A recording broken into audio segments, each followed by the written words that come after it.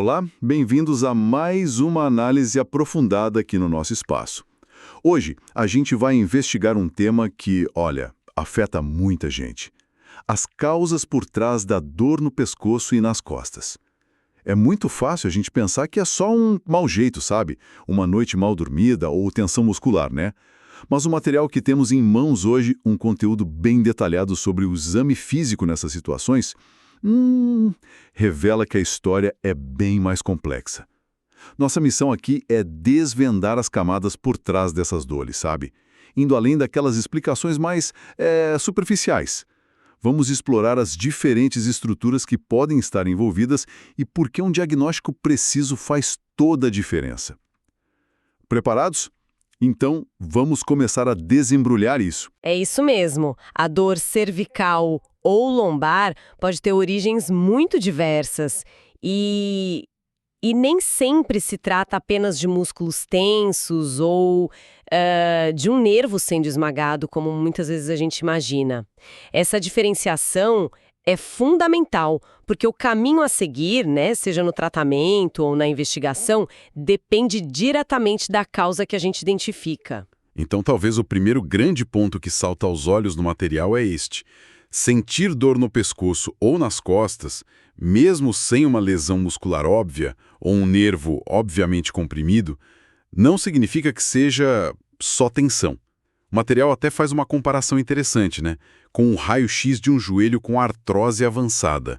Dói a cada passo, certo? E não tem nenhuma raiz nervosa sendo comprimida ali dentro da articulação principal do joelho. Precisamente. Esse é um conceito chave, sabe?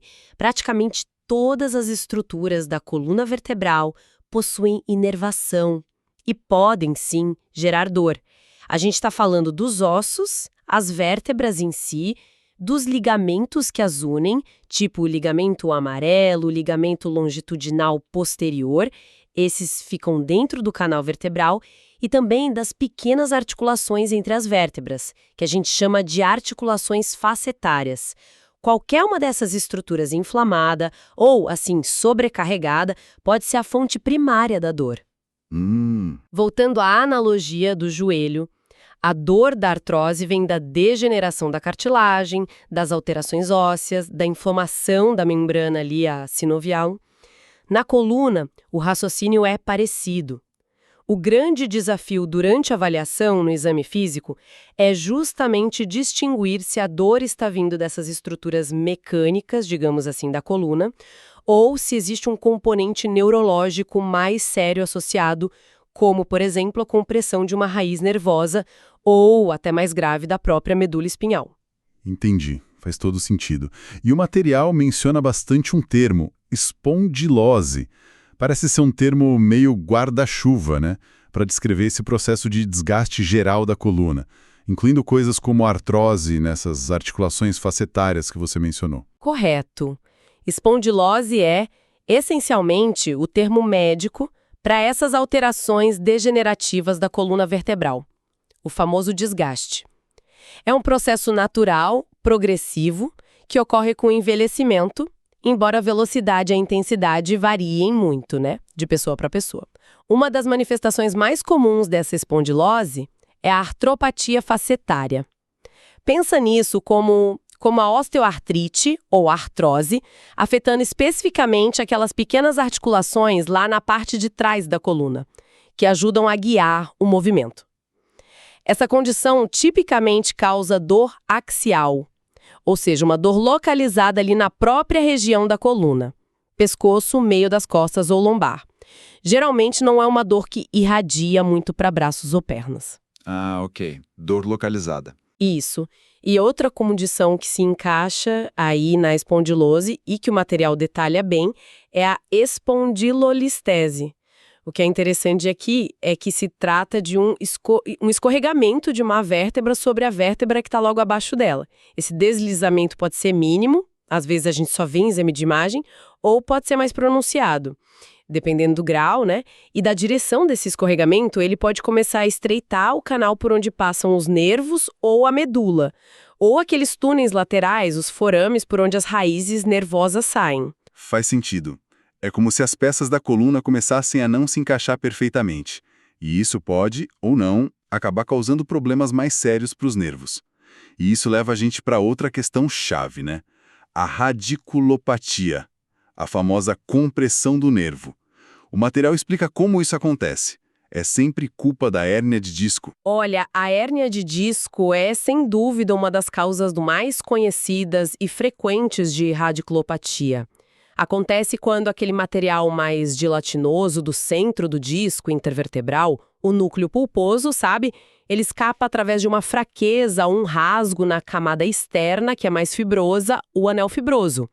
Se essa hérnia vai para trás e para o lado, ela pode pressionar diretamente a raiz nervosa que está saindo da coluna naquele nível. Certo, a hérnia. Mas, e aqui está um ponto importante que o material destaca, não é a única causa não. Outro culpado bem comum são os osteófitos, que o pessoal chama de bico de papagaio. São crescimentos ósseos que se formam como parte desse processo degenerativo, da espondilose e da artrose. Eles podem surgir nas bordas das vértebras, especialmente naquelas articulações oncovertebrais na coluna cervical, ou nas próprias articulações facetárias que a gente já falou. Ah, então esses bicos de papagaio não são só um achado no raio-x, eles podem realmente causar problema, tipo apertar um nervo. Exatamente, imagina aquele pequeno túnel, o forame neural, por onde cada raiz nervosa sai da coluna para ir para o braço ou para a perna.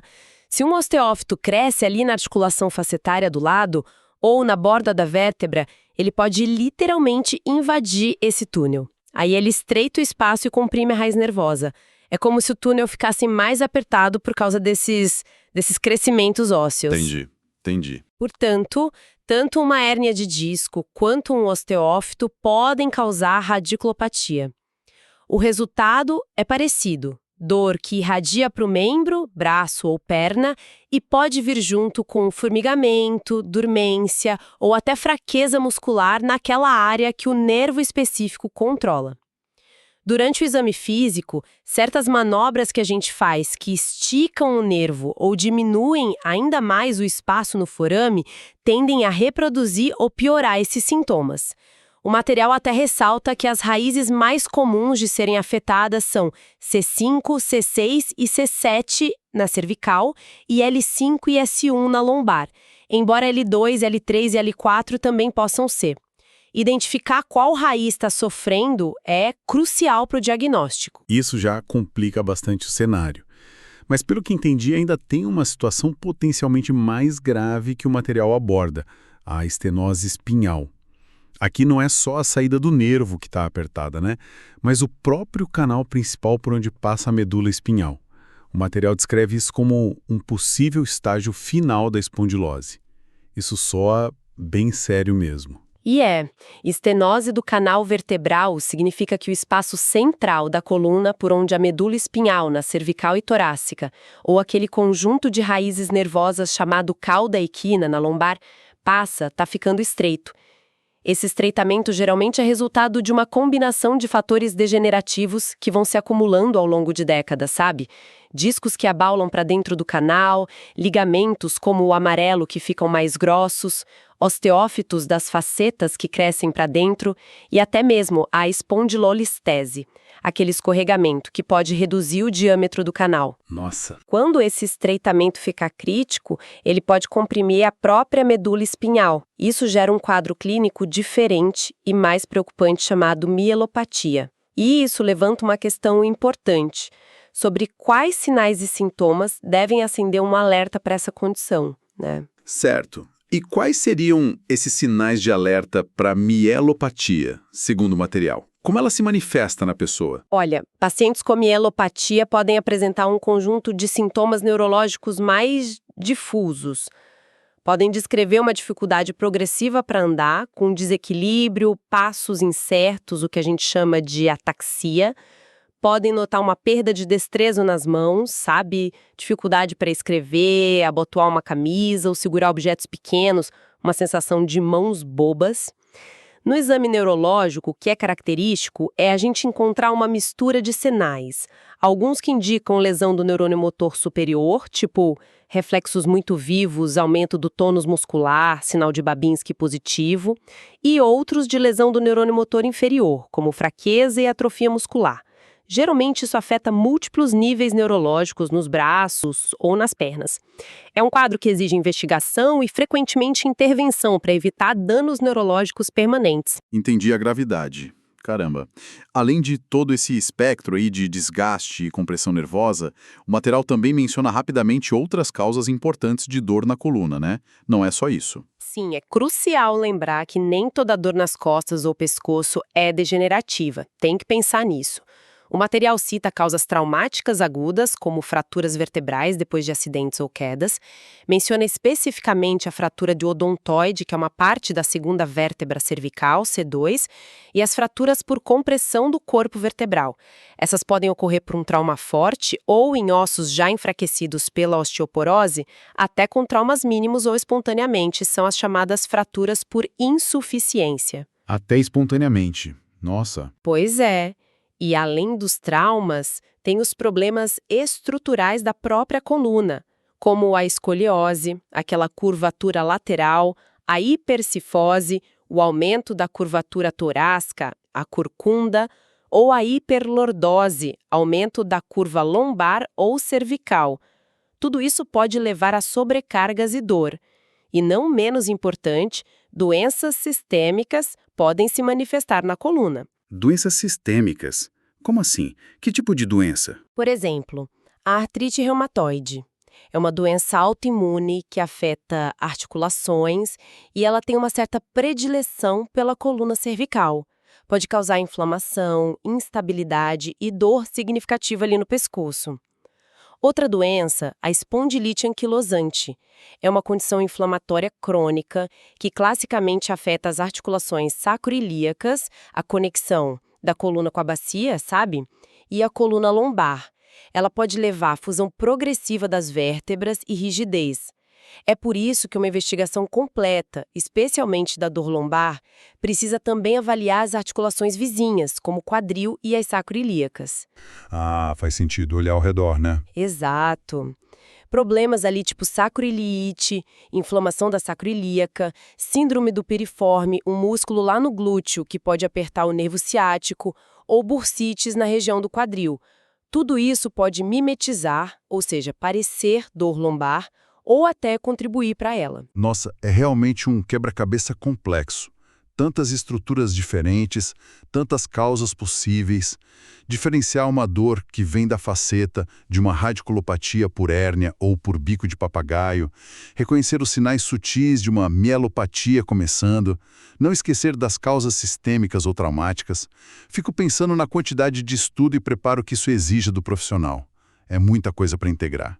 E falando em estudo e preparação detalhada, olha, se tem estudantes da área da saúde nos ouvindo e querem se preparar de verdade para entender e diagnosticar essas e outras condições complexas, vale a pena conhecer o Medcob. Entre agora em medcob.com.br, baixe o app no celular e aproveite o maior banco de questões do Brasil. Tem provas anteriores de todas as instituições, questões comentadas por especialistas, resumos práticos para direcionar o estudo, aulas completas sobre os mais diversos temas e flashcards prontinhos para revisar em qualquer lugar, na palma da mão. Conhecimento, né? E se sentir seguro para aplicar isso na prática, como num exame físico detalhado como esse que a gente está discutindo. Exato. E voltando ao nosso foco aqui, diante dessa vasta gama de possibilidades diagnósticas que o material nos apresenta, o exame físico bem feito, bem realizado, se torna a ferramenta central para a gente navegar por essa complexidade toda. O objetivo do exame é multifacetado. Primeiro, tentar diferenciar uma simples distensão muscular ou dor miofacial, que é comum, sim, mas não é a única resposta. Segundo, e muito importante, avaliar a presença e a gravidade da espondilose. É algo leve, causando talvez só aquela dor axial da artropatia facetária, ou já progrediu para uma radiculopatia, ou mesmo uma estenose com sinais de mielopatia. Certo. Sinais de alerta, as chamadas bandeiras vermelhas ou red flags, são sinais ou sintomas que podem indicar condições mais graves e que exigem investigação ou intervenção urgente, como uma fratura instável, uma infecção na coluna, discite ou osteomielite, um tumor primário ou metastático, ou manifestações na coluna de doenças reumatológicas ativas. Cada parte do exame é a inspeção da postura, a palpação das estruturas, a avaliação da amplitude de movimento, os testes neurológicos, força, sensibilidade e reflexos e os testes especiais, específicos para cada suspeita. Tudo isso contribui com peças para a gente montar esse diagnóstico diferencial. Então, o que tudo isso significa, no fim das contas? Significa que aquela dor no pescoço ou nas costas que parece tão comum pode ter raízes muito mais profundas e variadas do que a gente imagina inicialmente. Não é só músculo ou nervo, né? A dor pode vir do osso, da articulação facetária, do ligamento, do disco intervertebral, da raiz nervosa sendo comprimida ou até da própria medula espinhal sendo afetada. O ponto central que fica para mim é que entender a origem mais provável dessa dor, combinando a história que o paciente conta com os achados de um exame físico minucioso, bem interpretado, é isso que vai direcionar os próximos passos de forma mais eficaz. Perfeito. Embora a dor muscular pura seja de fato frequente, a análise que fizemos hoje, baseada neste material focado no exame físico, reforça a necessidade de sempre considerar e investigar ativamente outras possibilidades estruturais e neurológicas. A espondilose, com suas várias faces, artropatia, osteófitos, listese, a hérnia de disco, a estenose do canal, a melopatia, são todos diagnósticos diferenciais essenciais. E como a gente viu, não podemos esquecer a conexão com outras regiões, como o quadril e a sacroiliaca na dor lombar, nem as causas não degenerativas. O exame físico detalhado, guiado pelo raciocínio clínico, funciona como uma verdadeira bússola nesse processo investigativo. Para terminar, essa nossa exploração de hoje me deixou com uma reflexão aqui. Considerando que o material deixa claro que tantas estruturas na coluna, ossos, ligamentos, facetas, podem gerar dor por si só, mesmo sem ter uma compressão nervosa óbvia, como naquela analogia do joelho com artrose, fico pensando, como será que fatores individuais, tipo a percepção da dor de cada um, o nível de estresse da pessoa, a ansiedade ou até mesmo as crenças que a pessoa tem sobre a sua própria dor, como será que isso interage com essas causas físicas que a gente discutiu? Será que esses fatores psicossociais podem modular a intensidade ou a tendência da dor virar crônica, mesmo quando o dano físico parece parecido entre duas pessoas? É algo interessante para se pensar, né? E com essa provocação, a gente encerra